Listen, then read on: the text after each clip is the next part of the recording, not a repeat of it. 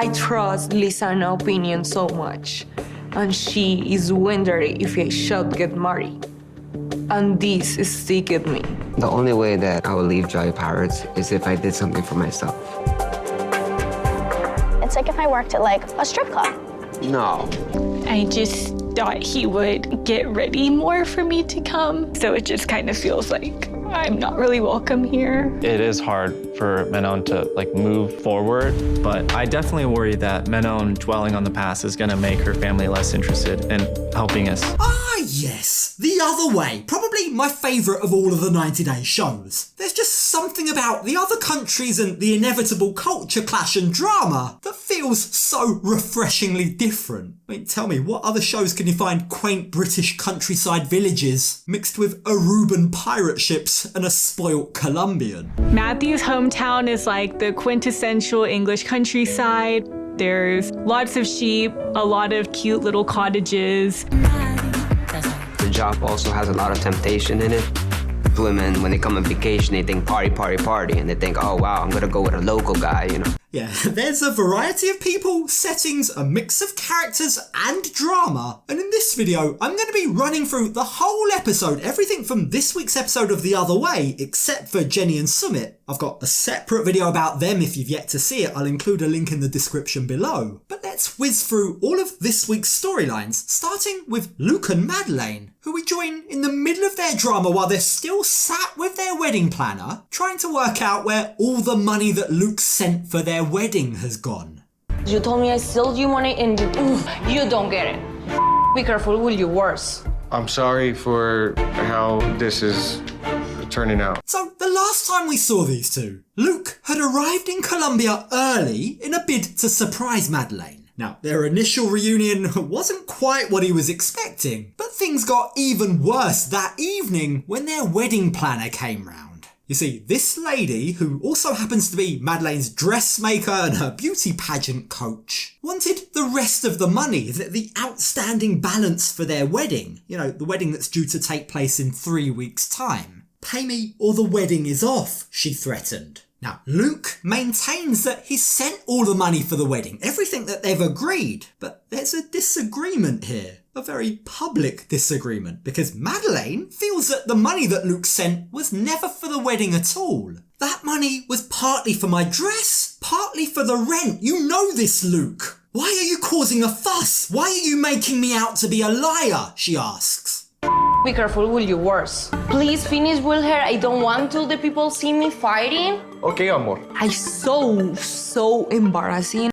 Madelein, if you didn't want people to see you fighting, then this is the wrong show for you to be on. Look, we all know it. The real issue here isn't the fighting, it's the fact that Luke, her fiancé, has just called her out in front of her friend. Madelein's furious and clearly still hungry. She's still continuing to assault that Nutella jar. But she's not the only one that finds this whole situation mortifying. No es normal que una pareja que está a punto de casarse peleando enfrente mío. O sea, esta situación es bochornosa. Límpiate, por favor, acá.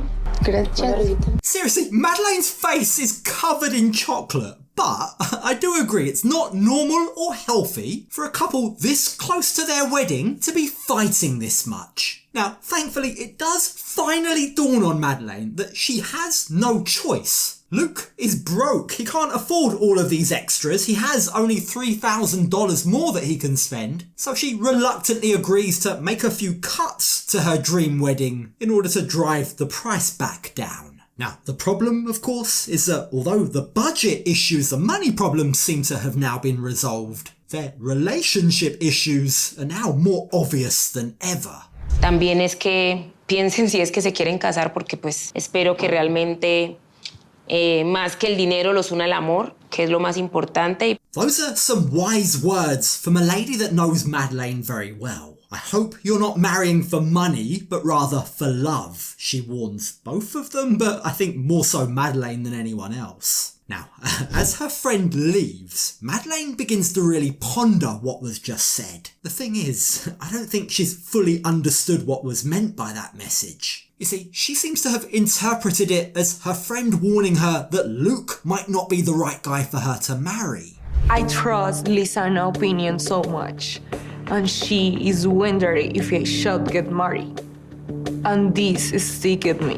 Madeleine says that she's sick of forgiving Luke, which I think is kind of funny considering she's the one that's normally in the wrong, and yet he's the one that normally ends up apologising for it. Now, of course, Madeleine doesn't see it that way. As ever, she believes that she's the one that's been wronged. And even when they're alone, even though she's just got her way, she's just got Luke to pay even more money towards the wedding, she's determined to make Luke realise she's not happy with him. Who tell you you're going to sleep in with me? If you don't want me sleeping here, I can go sleep elsewhere. Whatever you want, Madeleine. You think I want to sleep in with someone tell me I still in? Both of them seem completely sick and tired of this situation, and I think it's safe to say this isn't how either of them would have envisaged their first night of officially living together was gonna go. Now the thing is, just because Luke backed down as soon as Madeleine got angry, as he always does, Okay, amor. that doesn't mean by any stretch of the imagination that everything has been now resolved. I apologize for making you look bad. I am very sorry. That is not my intention. I don't want to fight, but I've given up my life in the United States. This move means that Luke now once again has no job and no financial security. They need to stop spending, and he knows Madeleine neither understands that nor likes it. Honestly, with the amount of debt that he's in and the lack of income he seems to have, Lord knows how this guy can sleep with or without Madeleine in his bed. Now, in a similar way to Madeleine, someone else that also has habits that are going to need to change is Chloe. We pick up with her and Johny, thankfully not cooking an egg this time, but going out to dinner instead. And they're contemplating what their life is going to look like going forward. Chloe admits that she knows she's going to need to stop being so jealous, but that's easier said than done, she complains. His job makes that much more challenging considering his job is like a strip club located on the ocean. She should know. I mean, she did meet him while taking a trip on the pirate ship that he works on. Now, Chloe does have hopes that Johny will eventually leave that job, and Johny himself has a few big dreams too. Oh yeah? Says Chloe. Tell me more. I'm all ears. I'm open to literally any other job that will get you away from all the drunk young women in bikinis that are on that boat. So what business do you have in mind, Johny? What kind of business are you Basically, if thinking? thinking of starting a business where I could be in the water. That's something I can't explain that feeling. Johny says that he wants to be his own boss, but it's imperative to him that he's going to work on the water. Now, he tells Chloe that he wants them both to work on this business together, to build it together from the ground up. But only then will he leave his current job. And that is where alarm bells start to go off. We can come with a business plan now, and then maybe, hopefully, lucky enough, we can find an investor that's willing to put money into it. Once I finally manage to get through that, I will leave Jolly Pirates. Now, Chloe, quite rightly, it's a fair concern, is worried that Johny might just be using this as an excuse. He might be using it as a reason why he can't quit his existing job. But I think there might also be something else going on here. Like, he says he can't leave his job, a job that Chloe hates, until he gets an investor. An investor like her mum, perhaps. Like, from what we've been told, her mum is financially successful, she runs her own business, and she's willing to do anything for Chloe. Like, just how desperate is Chloe to stop him working on this pirate ship? Well, the answer to that is very desperate. His literally sole purpose on his job is to entertain young drunk girls in literal dental floss bikinis. Yeah, entertain them, ply them with alcohol, and then swing them around on ropes while they wrap themselves around him. Again, Chloe knows this firsthand. That's precisely why she wants him to get out of there. But Johny refuses. He refuses to get another job. He refuses to work on land because he says, I did that once for an ex and it didn't end well. You can't expect me to just change for you. Just I met you a year ago and like, oh, I have to change my job and my lifestyle and everything. Yeah, Johny, that's exactly what she expects. If you're serious in a relationship, if you've been together for a year and your partner has moved to another country for you, it's not a completely unreasonable expectation that your lifestyle also needs to change. Now, he does promise Chloe that he's going to try being respectful with women on the ship. I guess that's something. But he stops short of saying he's going to give up his current job. That is, he won't be giving it up unless and until he has something of his own to give it up for. The only way that I would leave Jolly Pirates is if I did something for myself. It's like if I worked at like a strip club. No. Feels like he's really subtly going about trying to ramp up pressure on Chloe to get investment for a business, doesn't it? Like, you can completely understand why she's very uncomfortable with this. Let's not forget, not only does he have a track record of cheating on her in the past, but her own friends who are married to his friends, have warned her about what he's like. Yeah, watch this space. This whole issue, I guarantee it, is going to keep cropping up again and again. Now, from pirate ships to quaint English villages, two people who live a very different life to Johny and Chloe are Greta and Matthew. And we join them in this episode with Matthew getting ready for Greta's arrival. I feel like I have a butterfly sanctuary in my tummy right now. It's been 6 months since we've seen each other. It's nice to see someone making an active effort cleaning up before their partner arrives. Now, keep this in mind, it does kind of crop up again later. But for now, Matthew is just really excited for Greta's arrival. Now, the last time we saw her, she'd just said goodbye to her cat and was about to jump on the plane to England, to London to be precise. But now that she's here in London, she needs to hop on board a train to take her out of the big city and over to the countryside, the tiny, sleepy little village where Matthew lives with his parents. And while she is excited, she also admits she's definitely a city girl, not a country girl. Now, when she does finally arrive, Matthew is waiting for her on the platform. But as far as reunions go, remember, this isn't the first time these guys have met in person. She's been here at least 3 times before. This meeting, their greeting, is a little awkward. You just get a haircut? Yeah. You look very different. It's very short. I know. It'll grow back out. All right. Yeah, it is a very awkward reunion, but I kind of get the feeling that that's just how this couple operates. I mean, it feels like they might both just be awkward people in general. Still, they are both very excited to be reunited. It's all very cute and very sweet. Until, that is, Matthew, without filter, blurts out exactly what he's thinking. I can tell it was a long journey for you because you stink. Yeah.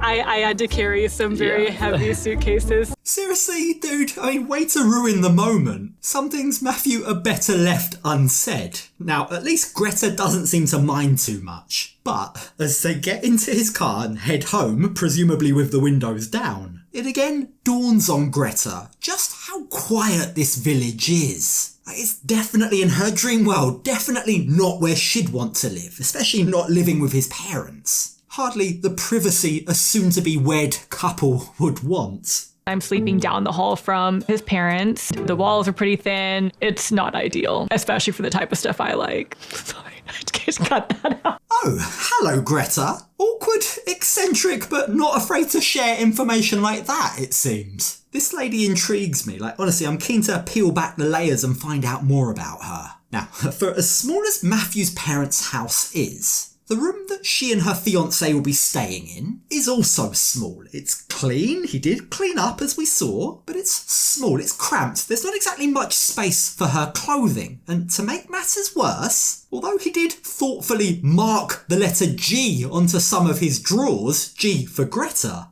like again, who does that?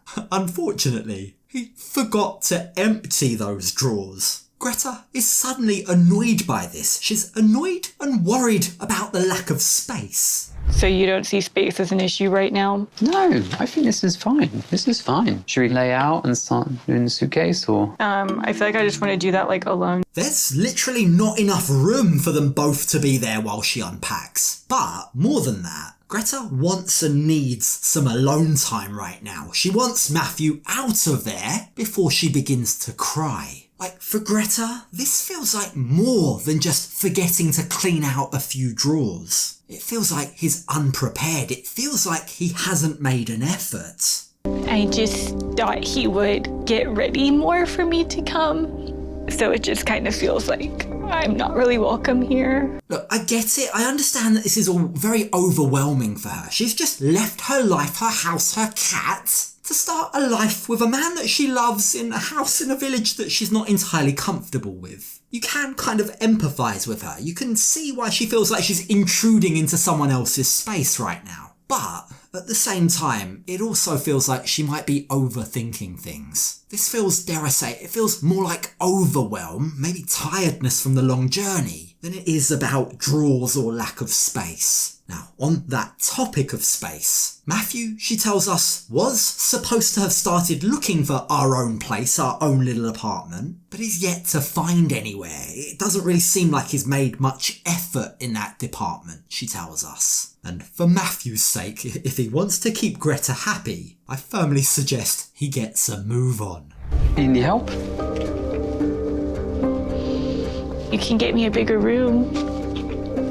This one will have to do, I'm afraid. Sorry, Matthew, but something tells me that answer isn't going to cut it for long. Now, someone else who's also adjusting to living with her parents is Manon. We join them all in this episode as they've gone out to play one of the family's favourite games. You gotta actually throw the balls really close to the smallest one. Et voilà! You want to actually knock down the balls that are close so yours can stay closer. This game not only provides them with an opportunity to get out of Manon's parents' small house, but Manon tells us it's also one of my favourite memories from growing up in France. My family used to play it during our vacations, she tells us. Now, we know she doesn't have a lot of good memories from her time growing up in France. And in fact, as they're playing their game, her parents take this opportunity to tell her how shocked they were to find out that she'd be coming back. Like, we know you don't like the country, they say. J'étais malheureuse,